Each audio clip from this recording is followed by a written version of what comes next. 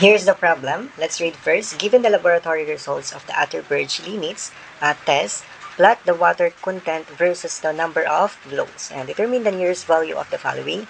Ito yung liquid limit, plastic limit, and liquidity index. So dito naman yung water content versus the number of blows. Ito yung results, laboratory results natin.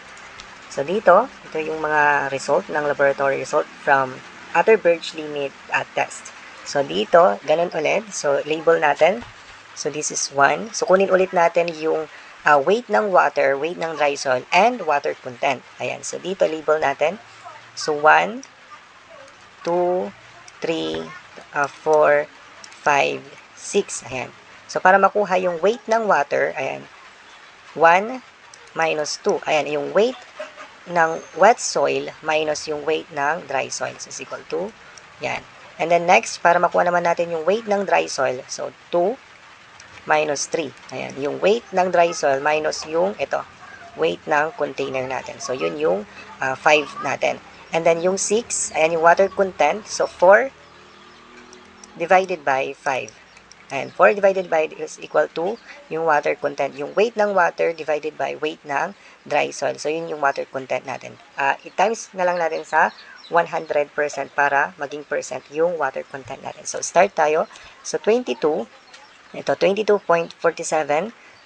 Compute natin. So, 22.47 minus 19.44. So, this is 3.03. Next, ito 21.29 minus 18.78, 2.51. Tama? 2.51. Next, ito 21.27 minus ito 18.75. So 2.52. Next, 26.12 minus ito 22.10. Solve. So 4.02. Ayan, next. So ito, yung weight ng dry soil. So ito, 19.44 minus 12.74. So this is 6.7. Ito, next, 18.78 minus ito, 13.24. This is 5.54.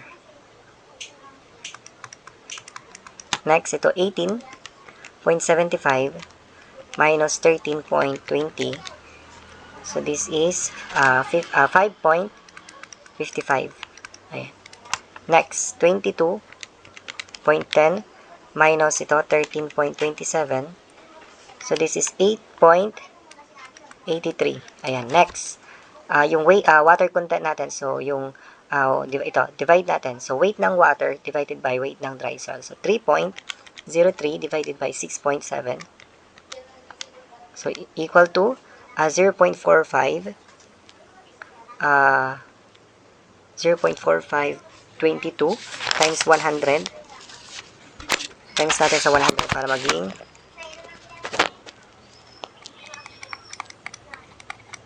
ayan, 45.22%. Next, 2.51 divided by 5.54. This is 4.45. 0.31%. Next, 2.50, ito, 2.52. Ito, 2.52 divided by 5.55. So, this is 45.31. 41%. Next, ito, 4.02 divided by 8.83. This is 45.53%.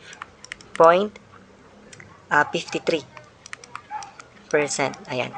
So, next, kunin na din natin itong letter B, yung plastic limit and natural water content. Ayan. So, lagay lang 1, 2, 3, 4, 5, and then 6. Tapos, ito para makuha ulit yung weight ng water. 1, tapos 2 minus 3, and then 4 divided by 5. Ayan. So, start tayo. So, 23.20 minus 20.42. 2.78. Ito, next, 22.80 minus 20.19, 2.61. Next, ito, 2.69. Ang last, 2.61. Next, ito, 20.42 minus 12.90. Yan, yung, para makuha natin yung weight ng dry soil. So, yung weight ng dry soil minus yung weight ng container. Ayan, so, 7.52. Next, 7.24. Tapos, 5.34. Tapos, 4.81. Next, yung water content natin. So, 2.78 divided by 7.52. Ayan, so 36.97%. Ayan. Next, 36.05%. 50.37%. Tapos, 54.26%. Ayan. So, kunin natin yung average. Ito, plastic limit. Ganyan. So, 36.97 plus 36.05 divided by 2. So, makuha natin dyan 36.51%. And then, dito sa water content, ayan. So, 50.37 plus 54.26 divided by 2.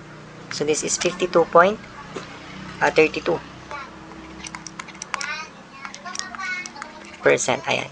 So, na-complete na natin yung table. So, i-plot natin itong, ito. So, para makuha natin yung liquid limit natin. So, next tayo. So, first, yung number of flows natin. So, 38.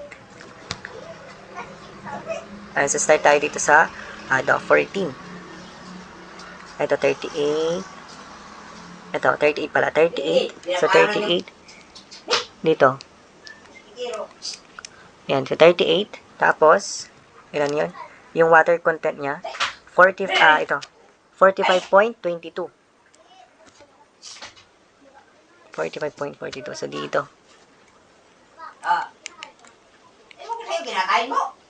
45.22.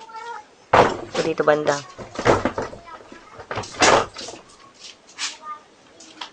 45.22 dito. Yan. Tapos, next, 29. So, 29. So, dito banda, 29. Ayan.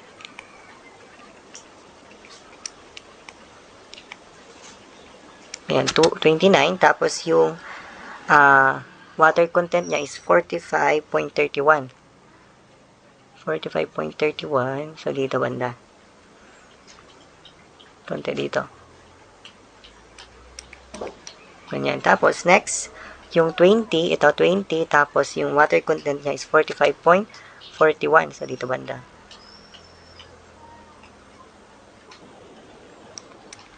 Yan. And next is yung 14. So, 11, 12, 13, 14. So, dito 14. Tapos, yung water content niya is 45.53. So, dito banda. Ganyan. Tapos, yung ginagawa natin, mag-draw tayo ng straight line. So, dito. Ganyan. Connect natin. Tapos, dito, yung given is number of blows. So, dito sa number of blows, para makuha natin yung liquid limit, is 25 blows yung hanapin natin. Hanapin natin yung water content nung pang 25 blows, and then yun na yung magiging liquid limit natin. So, dito 25. So, 20. Ito, 21, 22, 23, 25. So, dito 25. Ayan. And then, taas lang tayo.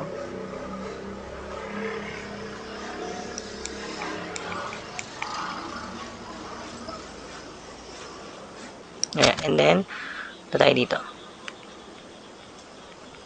Ganyan. So, dito banda. So, dito, so hindi natin, so 45. So, hindi natin approximately, so 45. So, tingin na lang tayo dito sa may table natin. So, dito yung pang 25. So, dito 45. Dito, yung pang 25. So, 41. Tapos 31. Approximately. So, 45 point. Dito. 45.35. Ganon. Yung pang 25. So, dito, 45.35% yung pang 25 blows natin. So, yan yung liquid natin. So, approximately 45.35%. So, ang maganda dito, kailangan natin gumamit ng calculator. Ayan. So, may mga decimals na kasi. So, mas maganda, calculator na yung gamitin natin. Ayan, yung log interpolation natin. So, hanapin nyo na lang yung log. Ito yung 4. Tapos, i-type nyo yung x. Tapos, yung y. Tapos, ito, 14.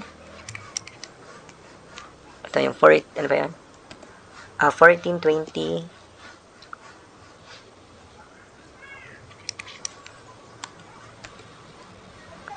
29, tapos 38.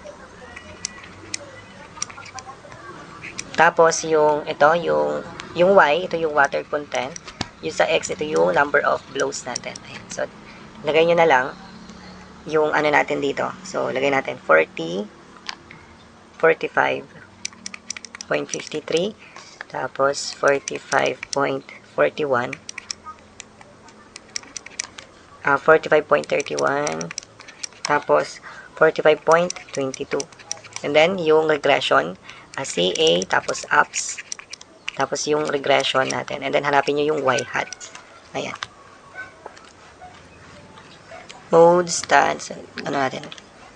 So, 14, 20, 29, tapos 38. Tapos, 45.53, 45.41, tapos 45.31. So, 45.22. So, CA, ups, regression, tapos 5. So, yung magiging, ayan, 45 point.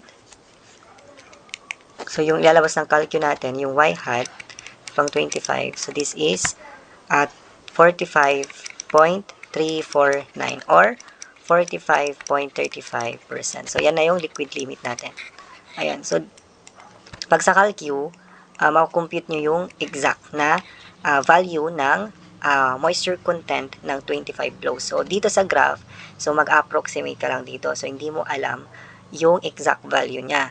Ayan. So, mas maganda, gamitin natin itong calcu natin, itong log interpolation, para yung ilabas niya is exact value. So, malalaman mo yung exact value natin.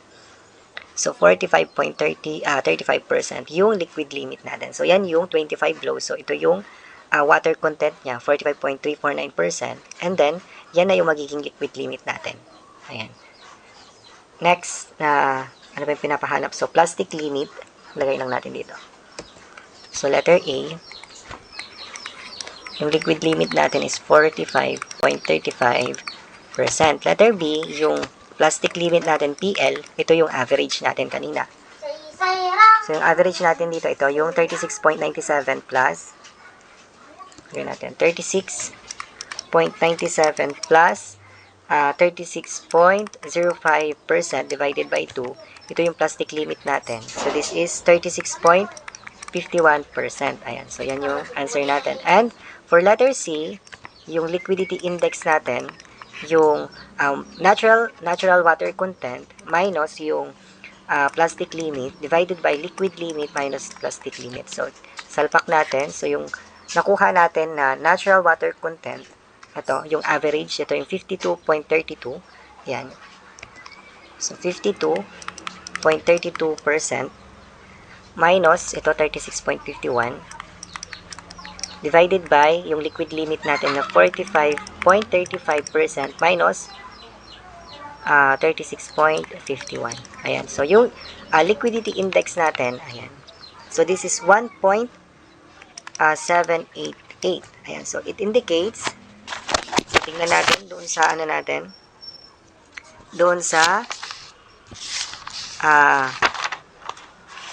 yung liquidity index natin. So, 1.788. So, ang ibig sabihin yan, yung liquid natin is ito, yung greater than, asa na yun? Ito. So, yung liquidity index natin is greater than 1. So, meaning, yung soil natin is nasa ano siya, liquid state. Ayan. Liquid state siya. So, therefore, yung ano natin is nasa ano siya, low strength. Ayan, low strength yung ano natin. So, dito yung soil deforms like viscous fluid siya. So, hanapin nyo na lang yung doon sa ano siya, yung table na 1.10 tapos yung description of soil based on liquidity index. So, dito, makikita nyo yung ito, 1.788. Ito, yung greater than 1. So, liquid state yon. Tapos, yung ano niya is low strength. So, yan yung ma-answer natin for this problem.